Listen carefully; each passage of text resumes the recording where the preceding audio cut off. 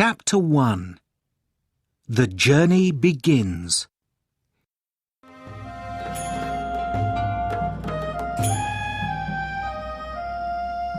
My uncle, Ibn Battuta, sat by the window of his house in Tangier. It was the hot time of the day, and his eyes were half open. I went into the room. "Uncle," I said quietly. He looked up at me suddenly. "Ah, Ahmed, it's you again." He smiled. "Yes, uncle," I answered. "Can you tell me today about your journeys, please? I want to travel when I'm older too," I said. "Is that right?" he answered. Then he looked carefully at me. "How old are you now?" He could remember things from long ago easily, but things from the day before, not very well. "I'm 11, I said. "Well, perhaps in 4 or 5 years you can begin to travel. But it's not easy, you know. You can see wonderful towns and cities, meet interesting people, and do exciting things. But there are bad times too. You can get ill, meet big hungry animals, or lose all your money." "No," I said. My eyes were big and open. "Yes, Ahmed," he answered. "But listen to my stories, and perhaps you too can learn to come home alive." He laughed. "Now, where shall I begin?" I sat down, ready to listen to him. Every time my uncle told his stories, they were different, new, and interesting. "I was born here in Tangier," he began. "But of course, you know that." He smiled. "My father and his father before him were judges. So I learnt to be a judge too. When you're a judge, it's easy to travel. You're important, you see." "Yes," I said. "Perhaps I can be a judge too one day." "Perhaps," he smiled. "My first journey was a pilgrimage to the holy city of Mecca. I got on a donkey and said goodbye to my mother and father in Tangier when I was 21. My mother cried. After some days' journey, I came to the town of Algiers. Here I met more pilgrims, and we travelled to the city of Constantine. I met the rich ruler there. He looked at my dirty old coat, smiled, and gave a beautiful new coat to me. "Why?" I asked. "Good men help people when they need it." After some days, I left Constantine with the other pilgrims. We never stopped moving because we were afraid. Perhaps people could take our money from us when we slept, we thought. I was soon ill, and I wanted to go to bed and die. But my friends put me on my old donkey and hit the animal from behind to make it go quickly down the road. Did you want to come home then, Uncle? Of course. He smiled. But I journeyed to Tunis. A good traveller doesn't stop easily. I left Tunis in a caravan of pilgrims. They asked me, "Can you be the judge in our caravan?" Of course, I said, yes. A caravan judge. Not bad work for a young man. When our caravan arrived in Alexandria, I was excited. I wanted to see the famous Pharos there. I know, I said quickly. That's a big lighthouse from long ago. Did you go up it? No, he laughed. The Pharos was in ruins. There wasn't a lot to see. But not far from Alexandria, I met a holy man, Burhan ad-Din. He could see into the future. And what did he tell me? You're going to visit India and China. And on your travels, you're going to meet many old friends. I was happy about this. I'm going to go far, I thought. And did you go to India and China in the end? Wait and see, Ahmed, smiled my uncle.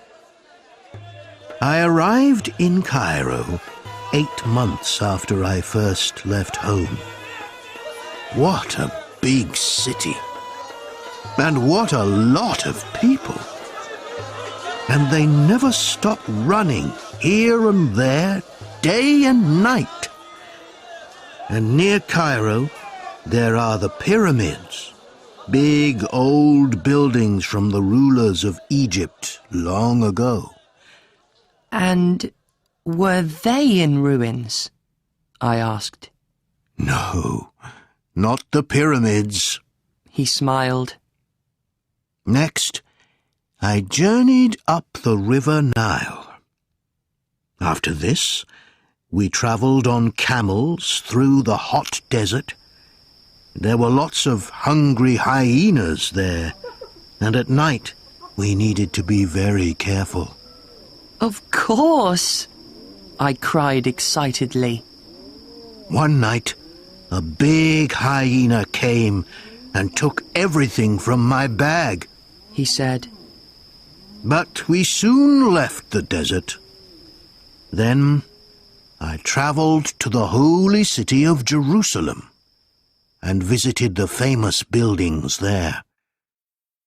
Next, I went to Damascus. What a beautiful city!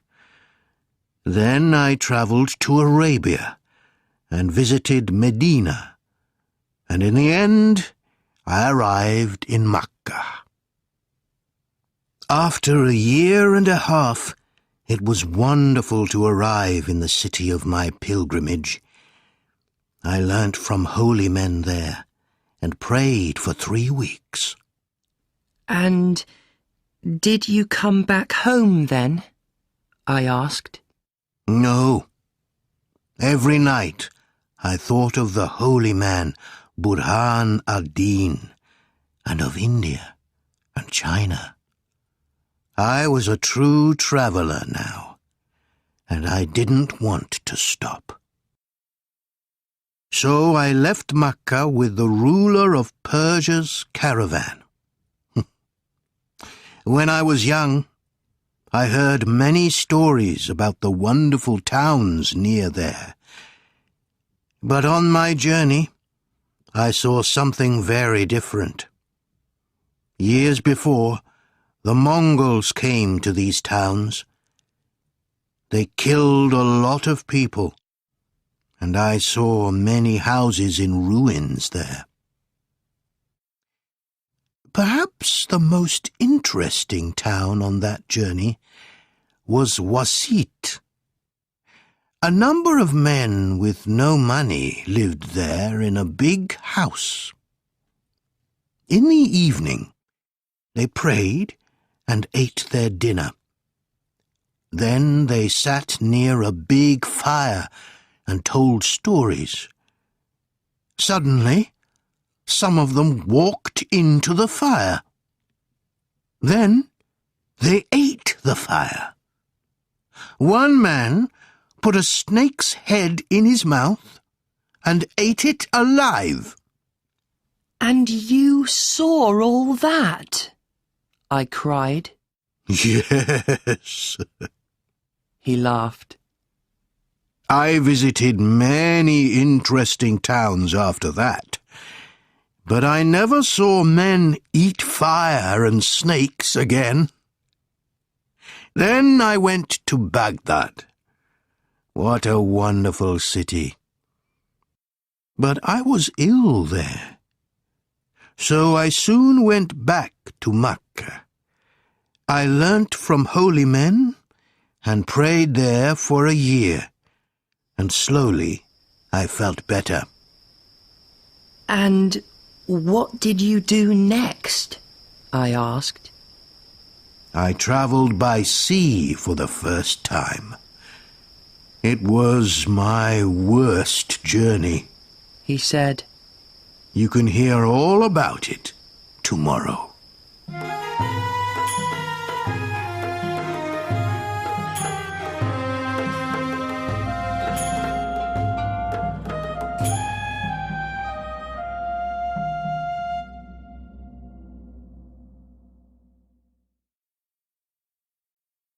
Chapter 2.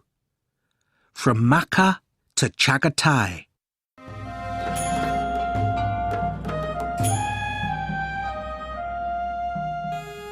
I arrived at my uncle's house early the next morning. "So, where did you go on your first sea journey, Uncle?" I asked. Listen and learn, He said. And then he told me more of his story. After my first visit to Mecca, I wanted to see more of the world. So I travelled with friends to Jeddah on the Red Sea coast, and we sailed down to Yemen. For 2 days the wind was behind us, but suddenly it changed. The sea can be dangerous, Ahmed. One minute it's beautifully quiet, and the next minute it's dark and angry. The wind made our little ship go up and down in the water, and I felt very ill. When we stopped at a village on the coast, my friends and I got off. We finished our journey to the city of Aden by camel. There, we heard stories about a number of famous places in East Africa.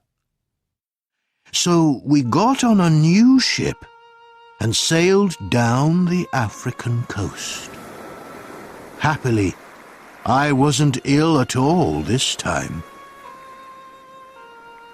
After we visited different East African places, we sailed back to South Arabia some months later. Then we wanted to visit Oman, so we took a ship there. But we got off it early because we didn't like the sailors. This wasn't a good thing to do. I understood that later. My friend and I found a guide to take us on foot to Oman. I had a big bag of expensive clothes with me. So I gave it to the guide, and he carried it. But after some time, the guide suddenly ran away with my bag. I went after him, and I put my knife near his face. That stopped him. You must always look big and angry with bad men, Ahmed. Never forget that. The guide came back, but now I watched him day and night. He wanted to kill us, I think, and take our things. After a week of walking, we arrived in Oman.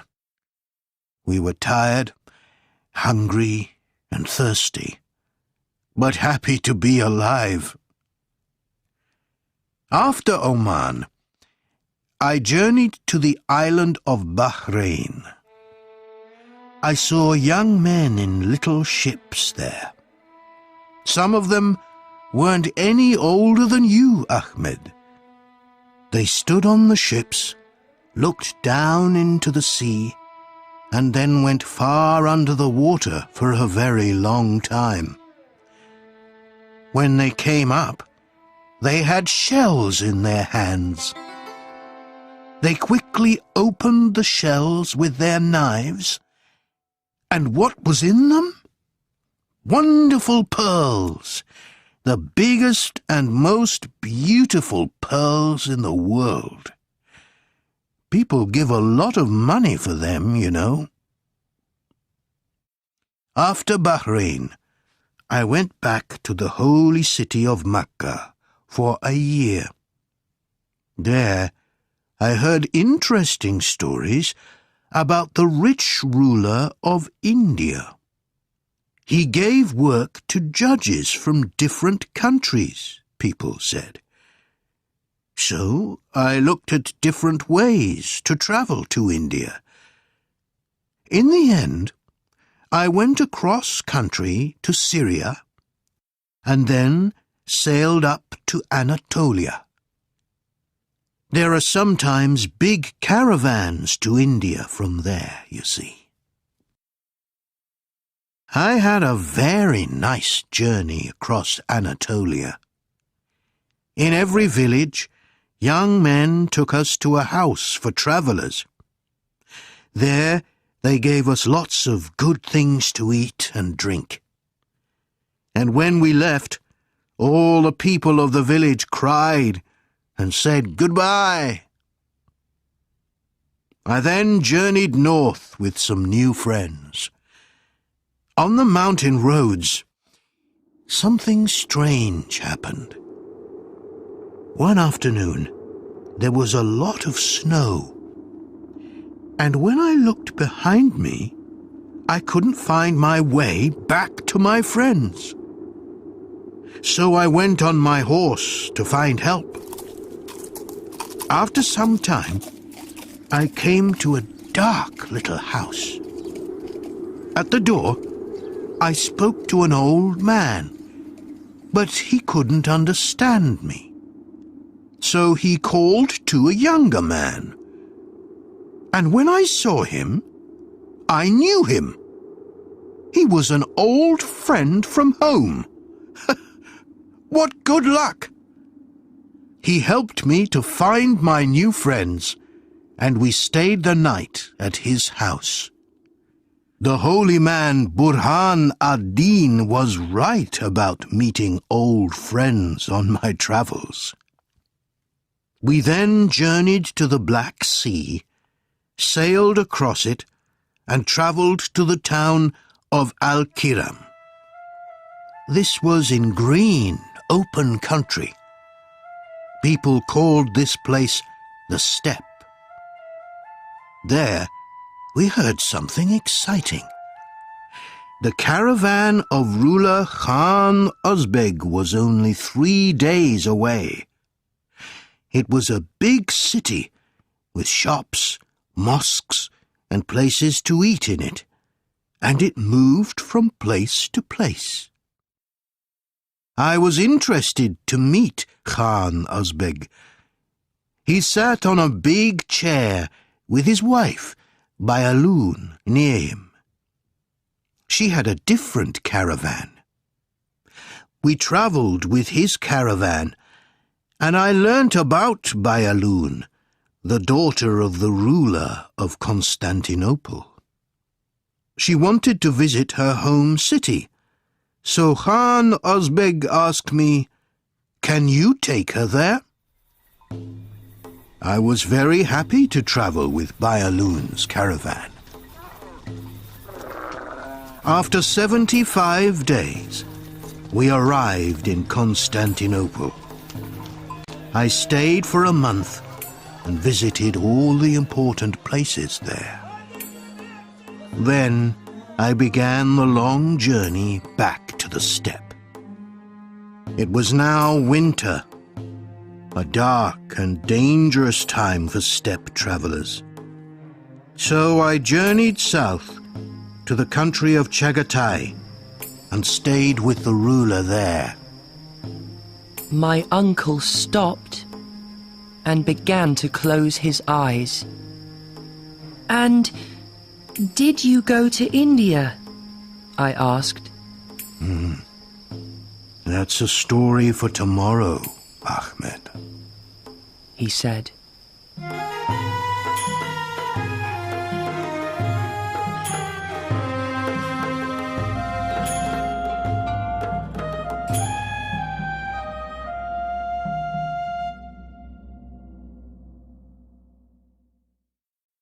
Chapter 3.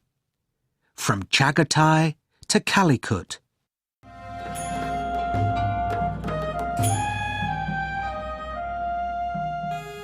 When I went back the next afternoon, my uncle was happy to see me. "Ah, Ahmed, you're here again. Good." He smiled, and he began his story at once. For my long winter journey to India, the ruler of Chagatai gave me a warm coat, 2 horses, 2 camels, and lots of money. We travelled south to Samarkand, a city of beautiful buildings and wonderful gardens. From there, we journeyed to the Hindu Kush Mountains. Many people die in the snow in these famous mountains. So we stopped and waited for the bad weather to change.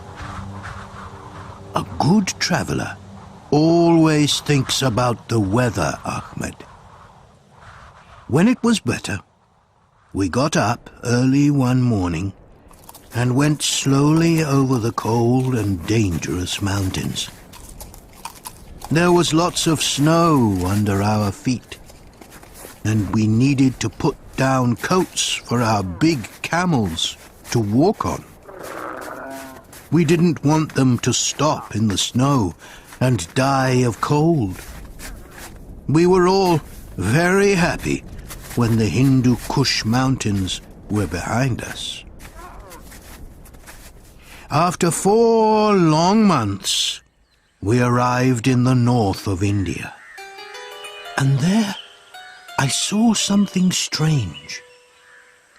We were on the road one day when a big animal came out from the trees. It had a fat body, little legs, and a very big head with a dangerous horn on it. The animal ran at my friend's horse, and it hit the horse's leg with its horn. The horse nearly died. I later learnt the name of that strange animal.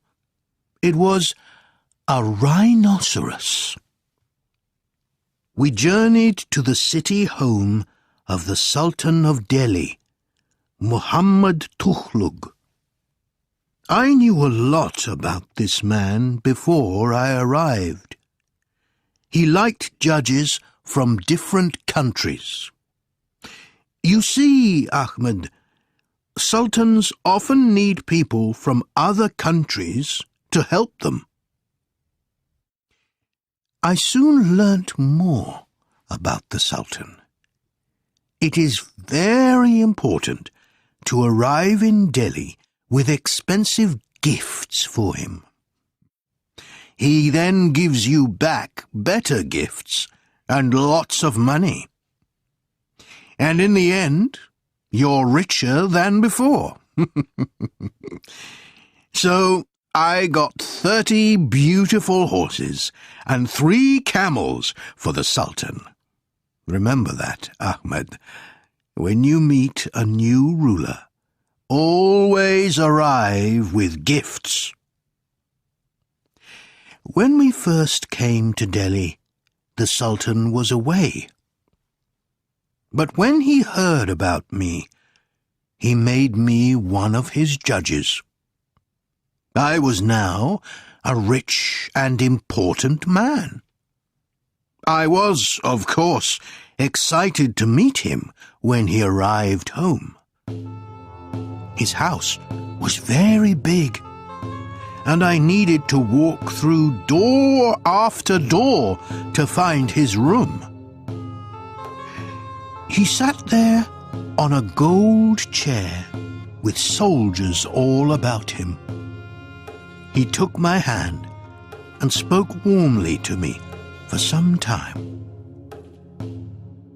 The next day, I went by horse with the Sultan and his soldiers through the streets of Delhi. Lots of men on elephants came after us. They left gold money on the road behind them when they went past, and people ran here and there to find it. The Sultan could write beautifully, and he could speak 4 different languages. But he was often angry too. Every day he asked his soldiers to kill people, sometimes for very little things. I needed to be very careful. For 2 years, my work went well. But then, the Sultan began to have trouble with his enemies.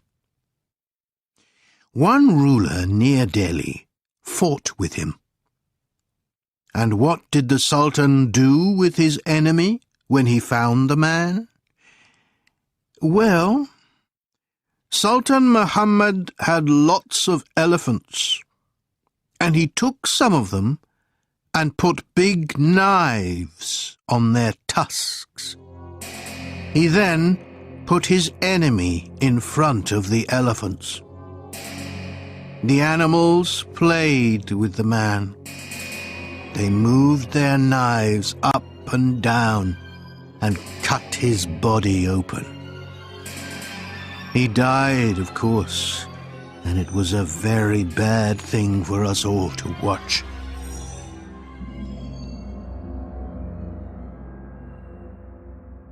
I took a wife, a wonderful woman, to live with me in my house in Delhi.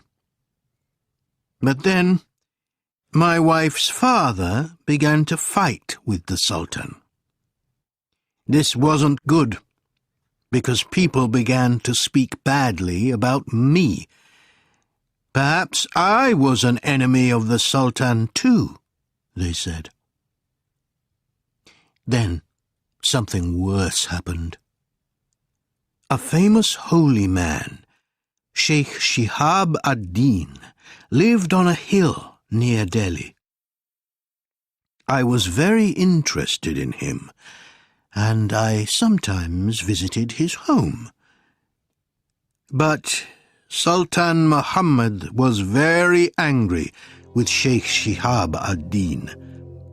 He asked the holy man to do many different things, but Sheikh Shihab always said no to him. So in the end, the Sultan's men went and killed the holy man. And when the Sultan asked about the holy man's friends, people gave my name to him. Is Sultan Muhammad going to be angry with me? I thought. What can I do?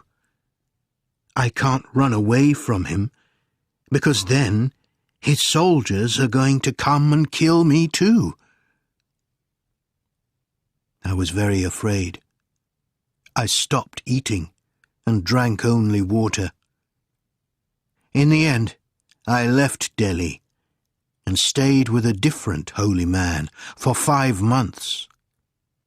I gave away all my expensive things and beautiful clothes, and I prayed from morning to night. Then, one day, the Sultan's soldiers came to visit me with horses and new clothes. "The Sultan wants to see you," they said. I put on my new clothes, went back to Delhi, and sat before the Sultan.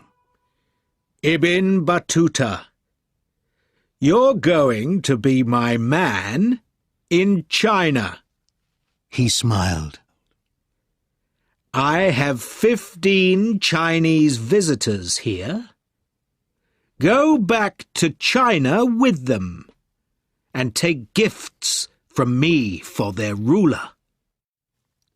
I couldn't say no to the Sultan, and of course I wanted to see China. But very importantly, I could now leave the Sultan and stay alive. So I said yes at once. I left Delhi in a big caravan with gifts for the ruler of China, lots of horses and big bags of gold. My wife and young daughter came with me too. We had 1,000 of the Sultan's best soldiers with us. That was good, because 4 days later we met 4,000 of the Sultan's enemies. We fought and killed them all, but I soon had more trouble. One afternoon, I went for a walk in the mountains far from the caravan. Suddenly, 40 bandits came out from behind some rocks. They wanted to take all my expensive clothes from me, and to kill me too. Of course, I didn't want to die, so I told them lots of good stories, and I gave them all my clothes. In the morning, I was a free man, but I had nothing to wear, only my trousers. For days, I walked in the mountains with nobody to help me. From time to time, I saw more bandits, but I went quickly behind rocks and trees, and they didn't see me. In the end, I was tired, cold, and hungry. One day, a good traveller found me, and he carried me to the next village. I had the best dinner in the world there, and it was wonderful to put on warm clothes too. 2 days later, I found the caravan again. My wife and young daughter were very happy to see me. We journeyed to the town of Cambay and carried all our beautiful gifts onto 4 ships. Then we sailed south to Calicut and put everything on 3 big Chinese ships there. I went to the mosque that afternoon and prayed for a good journey. But before I got on the ship, something very bad happened. The weather suddenly changed, and the wind broke two of our ships on rocks by the coast. We lost everything: the gifts, the people, and the animals. The third ship, with my wife and daughter on it, sailed away, and I never saw it or them again. I needed to go back to the Sultan and tell him about all this, but I was afraid. When the Sultan was angry, he often killed people. So, did you go back to Delhi, Uncle? I asked. You can hear about that tomorrow, Ahmed. He smiled.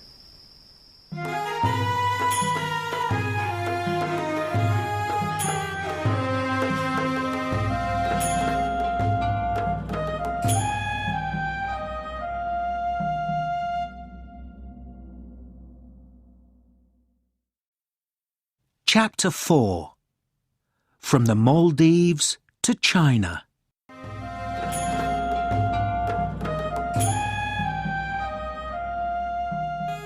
My uncle didn't answer his door at once the next day, so I waited in the street, and I thought about the Sultan of Delhi. In my head, I could see his big, angry face when he heard all about those 3 ships. Just then, my uncle opened the door. Ah! Hello, Ahmed. Come in and sit down, He said. And then he began his story again. Of course, I couldn't go back to the Sultan. That was dangerous. I needed to leave India at once, I knew. Then I remembered the holy man Burhan ad-Din's words about visiting China. Perhaps I could go there alone, without the Sultan's help. First, I sailed to the Maldives. They are truly wonderful islands, and there are about 2,000 of them. The Maldives are famous for their beautiful shells. The people there don't have gold money. For them, shells are money. I stayed on the island of Malé. I wanted only to visit the place, but the rulers there needed a new judge. When I arrived, they brought gifts of gold and pearls to my house. It wasn't easy for me to leave the island after that. So I had new work to do. I was the judge on Malé. At first, everything went well. I took a wife from an important family, and I did my usual work. But I soon began to have enemies. I was a rich man, and people didn't like that. So they said bad things about me. After 9 months, it was time to sail away. My wife wasn't a good sea traveler, so I left her behind on the island. You sometimes need to leave a place quickly, Ahmed, before things go badly wrong. I left for China, but first I sailed to the island of Serendib. When we were 9 days away from it, we could see its famous mountain, Adam's Mountain, across the sea. Many people make the pilgrimage to this holy mountain because on it you can see a footprint of Adam, the first man in our world. I stayed with the Sultan of Serendib for 3 days.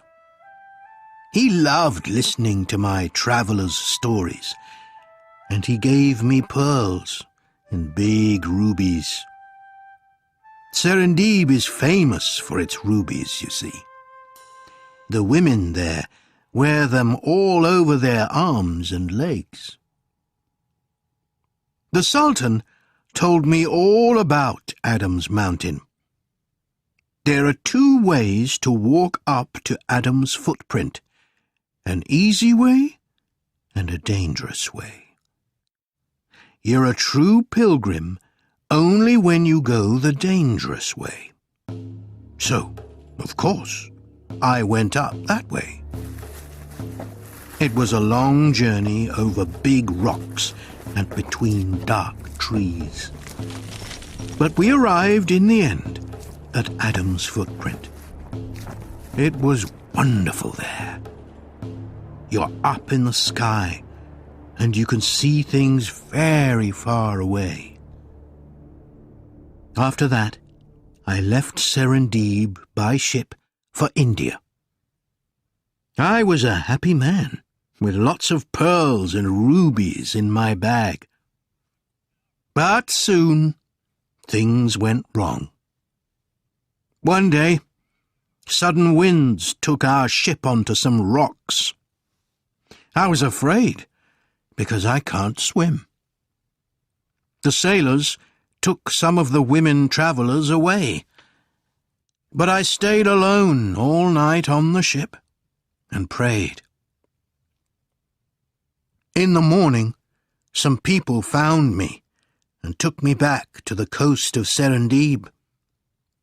I sailed away once more, but this time lots of pirates came onto our ship.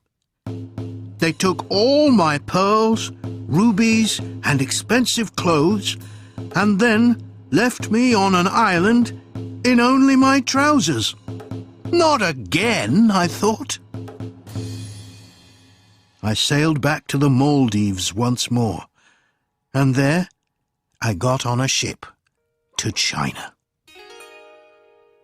On the journey, I stopped at a number of places and visited 2 islands, Sumatra and Java.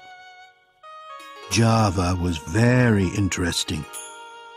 Everybody there has an elephant, and people visit the shops on them. After Java, we sailed for 40 days with a good wind behind us and arrived in China. There's a lot to tell you about China, Ahmed. Chinese people can make many different things very well, from wonderful pictures to beautiful boxes. China is a very nice country for travellers, and I journeyed easily from town to town. Some of their animals are different from our animals too, and that interested me. They have cats with blue-green eyes, you know. And when I stopped in one city called Fuzhou, something very interesting happened. A judge arrived in the city, and my friends took me to meet him. We said hello, and then this man looked at me, and I looked at him. "I know you," I cried.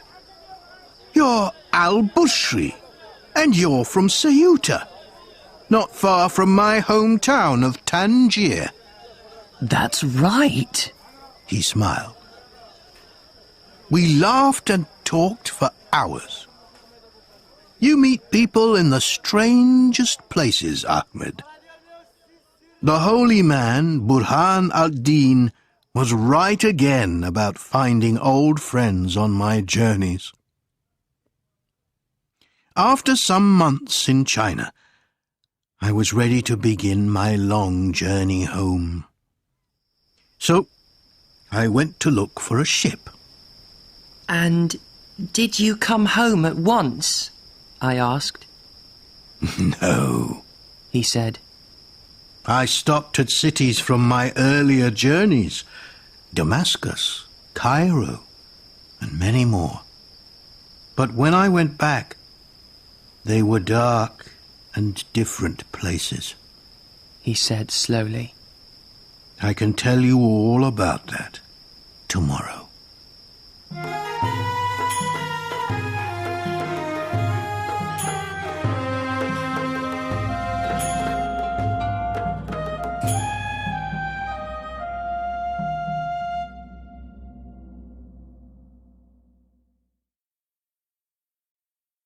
Chapter 5. To Tangier and Granada.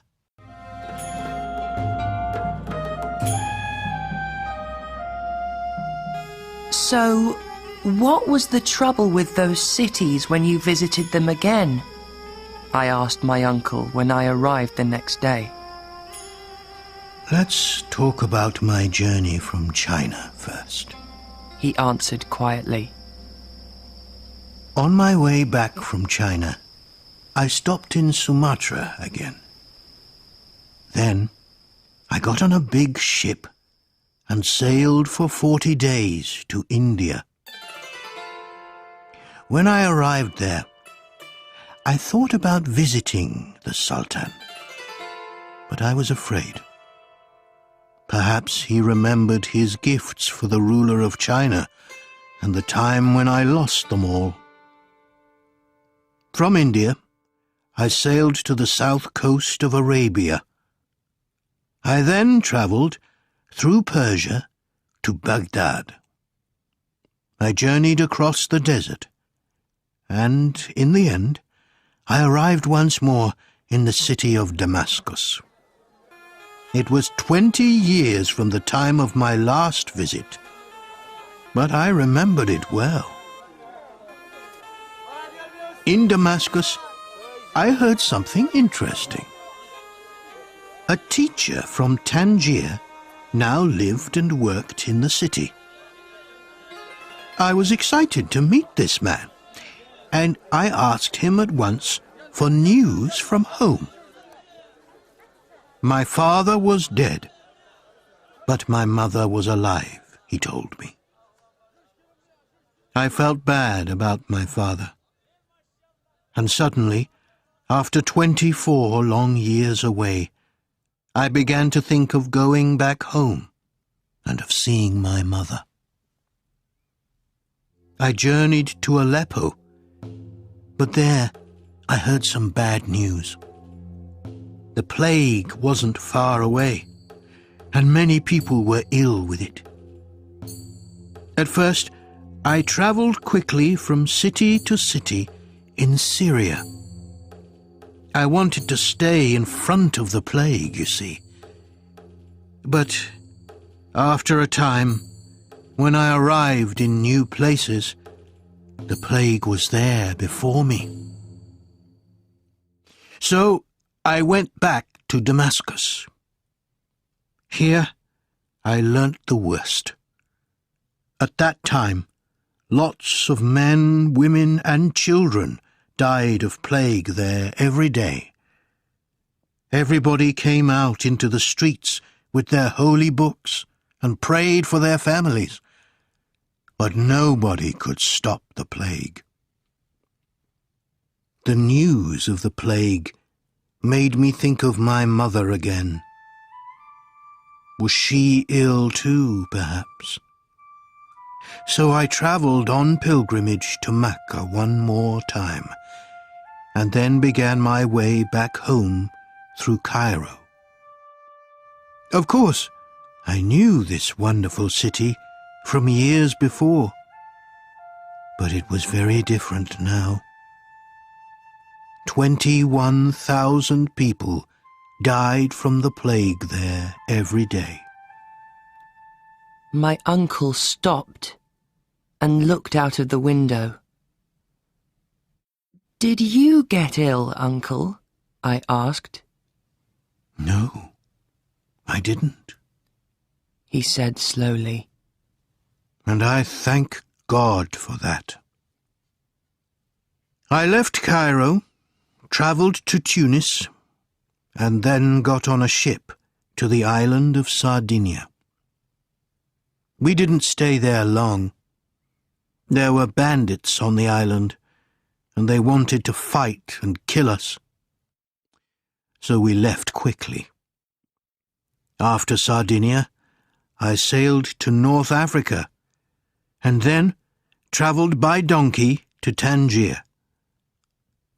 But not long before I arrived home, I heard bad news about my mother.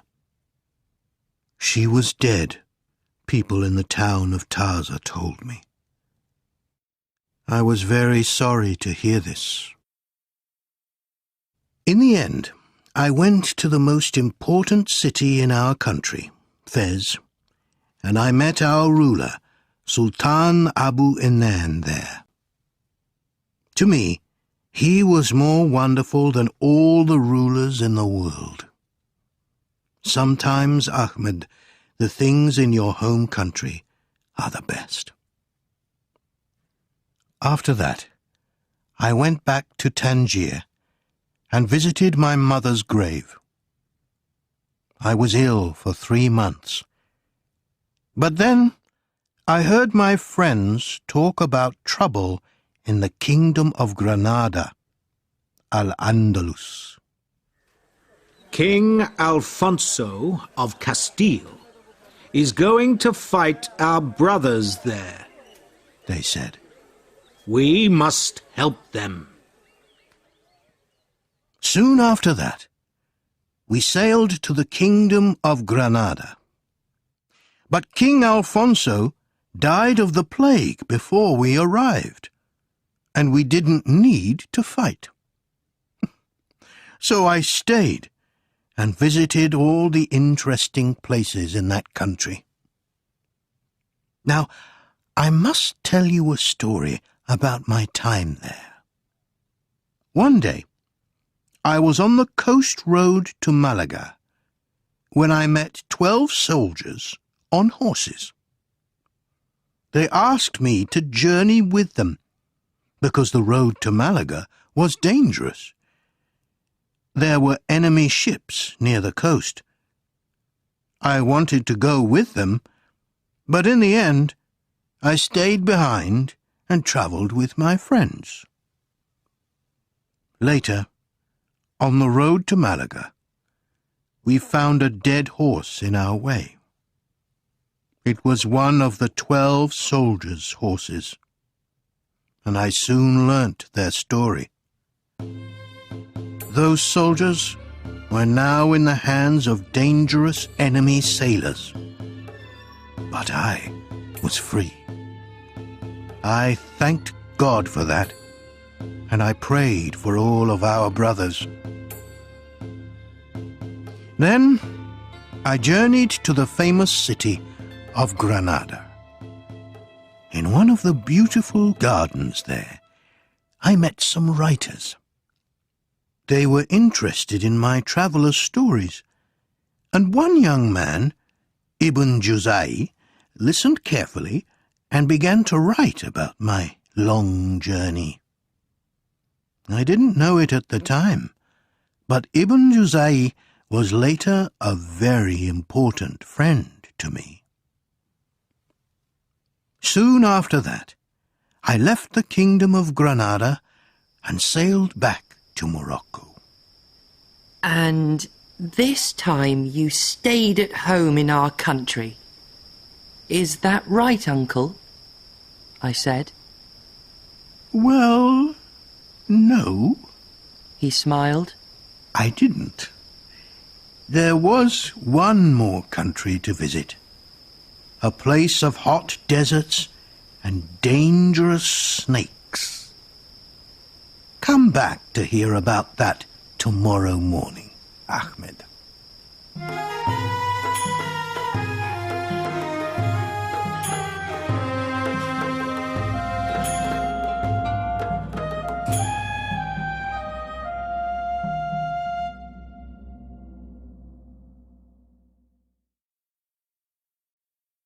Chapter 6.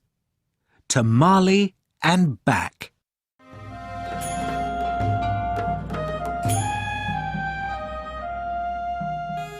When I arrived the next day, my uncle said, Ahmed, you wanted to be a traveller before. Do you want to be a traveller now? "Yes," I answered. "It's not easy, I know, but I truly want to travel," Good.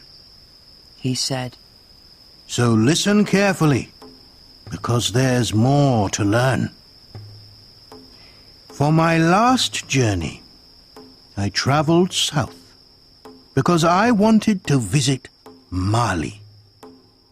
You see, years before, in Cairo, I heard many stories about the famous king of Mali, Mansa Suleiman, and all his gold. So I left Fez and journeyed across the Atlas Mountains to the town of Sijil Massa. Now, do you remember I met a man called Al-Bushri in China? Well, in Sijil Massa, I met Al-Bushri's brother. It was strange. The two brothers were in very different places, but I met the older one and the younger one. Then I travelled by camel with a caravan to Taghaza. It wasn't a beautiful village, but it had some interesting buildings. The people there take big pieces of salt from the desert and make houses with them. There's a salt mosque there, too. I stayed in a little salt house in the village, but the water there was very bad to drink. So after 10 days, we left and began our long and dangerous journey south across the hot desert. At first, a friend and I left our caravan every morning to look for things to eat for our camels. But one day, we heard some bad news. Ibn Ziri, a man from our caravan, walked alone into the desert with no water bottle. Later, friends found him dead under a tree. After that, we always stayed with the caravan. You must never go alone into the desert, Ahmed. You can easily forget your way and die quickly in the hot sun. There were lots of big snakes in this desert, too, and one man in the caravan liked playing with them. What happened to him?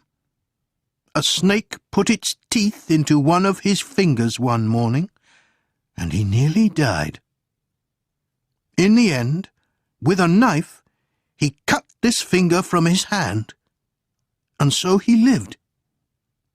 Remember, playing with snakes is very dangerous. We journeyed for many weeks to the biggest city in Mali to meet King Mansa Suleiman. But soon after we arrived, I ate something bad, and I was ill for a long time. Usually, when you're an important traveller, the ruler takes expensive gifts to you when you first arrive in a town. So I waited in my bed day after day for Mansa Suleiman's men to visit me. After some weeks, the king's men arrived with gifts. Perhaps it was some nice clothes or some pieces of gold, I thought. But no. They gave me some old bread and meat. When I felt better, I visited the king's beautiful house every day. I waited for more gifts, but I got nothing. In the end, I spoke to the king. I'm a world traveller. In every country, rulers give me wonderful gifts when I arrive.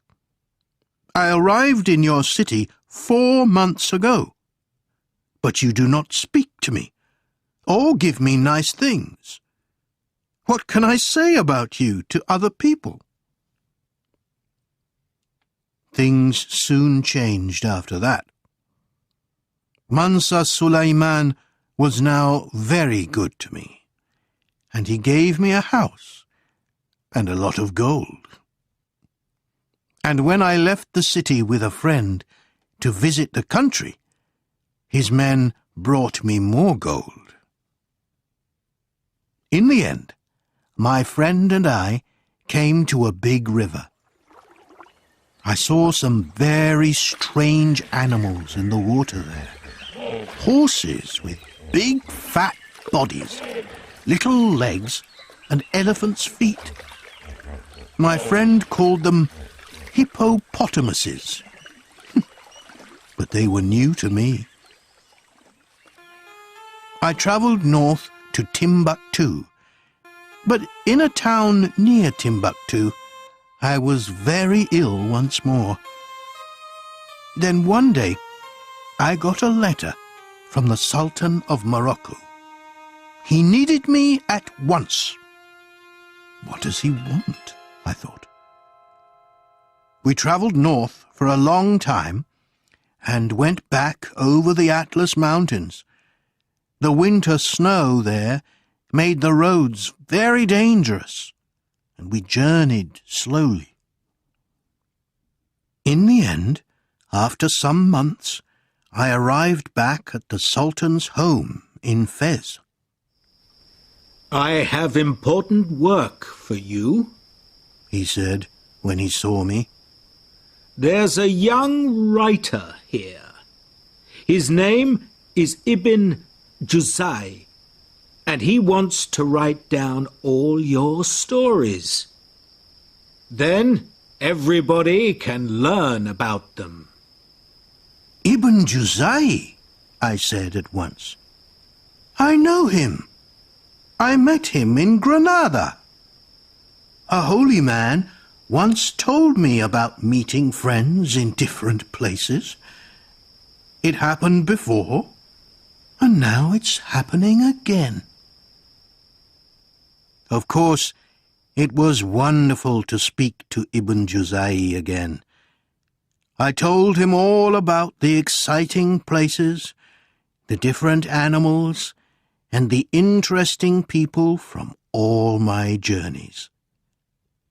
And now, Ahmed, all these stories are in a book.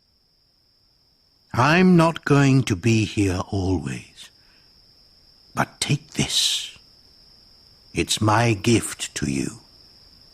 You can read it and learn more about my travels when you want. With that, my uncle put a big book into my hand. "Thank you, Uncle," I said. I took the book home with me that afternoon. My uncle died not long after that. But I have his book, and I often read it to this day.